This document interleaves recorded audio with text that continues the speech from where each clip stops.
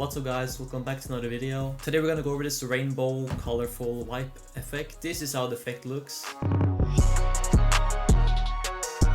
Alright, so once you're ready and you got your clip, let's head right into After Effects. So once you're in After Effects and you got the clip that you want to use, I'm gonna use this one right here and from the new Lyrical Lemonade video. So what you first want to do is duplicate your clip by highlighting it and pressing ctrl D, which is gonna duplicate it. Now you want to double click on the top one, which is gonna get you into the layer. So what you want to do now is go up to the button here which says rotor brush tool with the person and the paintbrush, and basically what you want to do is trace your person with this tool, and if there's something that you want to delete, just hold Alt and drag like this. You want to make sure that your person or object is the only thing that's isolated. It would be best if you guys update your After Effects, which is going to give you the version 2.0 of the rotoscope, as you can see right here, which is way better and way more efficient. So I'm just going to rotor brush my subject and I'll be back with you guys. So try to do it as good as possible, and once you're done, press the freeze button down here. We're just going to lock your rotoscope into place and make sure that any new changes we make on the layer doesn't affect the rotor brush. Alright, so once you're done, you can go back into the composition, hide the bottom layer so you can see the rotoscope we did. Just click the I button down here. Now what you want to do is click use motion blur and decontaminate edge colors. It's gonna make it look a lot better, and you can also bump up the feather a tiny bit and also mess with the shift edge. I'm gonna keep mine at about -30 and turn up the reduce shadow just a tiny bit. This looks pretty good so far. Now what you can do is hide the top layer, which is our rotor brush, and re-enable the bottom layer. Now you want to duplicate this layer.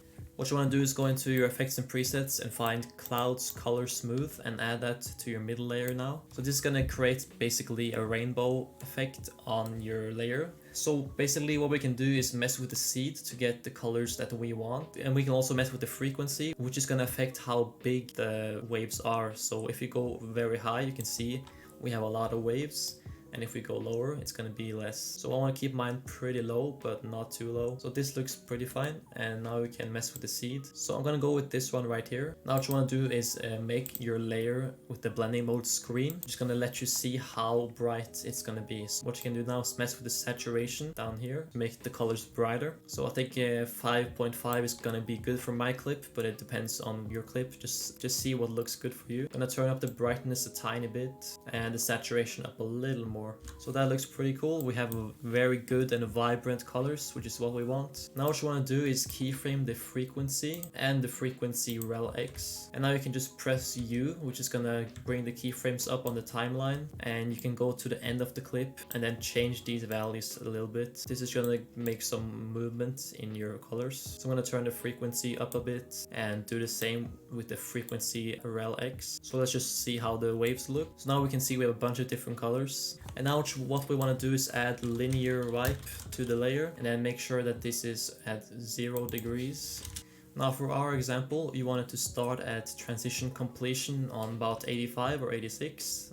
Right up here, and then what you want to do is keyframe that. Just click the stopwatch button and then go a few frames forward. So what you want to do now is find the stopwatch on the transition completion and click that. Now just go a few frames forward and then turn down the transition angle to 0%, and now you want to go just before the clip ends and turn it back up to 100. So this is how that's gonna look. And now you want to add one more linear wipe and drag that to your layer, and then this one has to have a wipe angle of -180, and for this one you want to go to the beginning and keyframe the transition completion at 0, and go a little bit further than you did with the other one and turn this up to 100%, and then go a few frames forward and put it back to 0. You can see we have a wipe right here, and you can mess with the keyframes down here a bit. Highlight your keyframes and press F9. This is gonna ease them. I'm gonna adjust this keyframe right here so we can see a little bit more of it earlier. So like that, so you can see it goes from top, bottom, and then top again. So I like how that looks so far. So what I'm gonna do now is add some turbulent displays to this layer, and then before you do this, make sure that you go and feather these. So just make these about 100. Doesn't really matter that much, but just turn them up a bit so you don't see the harsh lines. Now on the turbulent displays, you want to turn up these values up a bit so our rainbow is more wavy. So just go a little bit into the clip and see how the turbulent displays affects it. So I like how this looks right here. I like these values. So let's see what we have so far.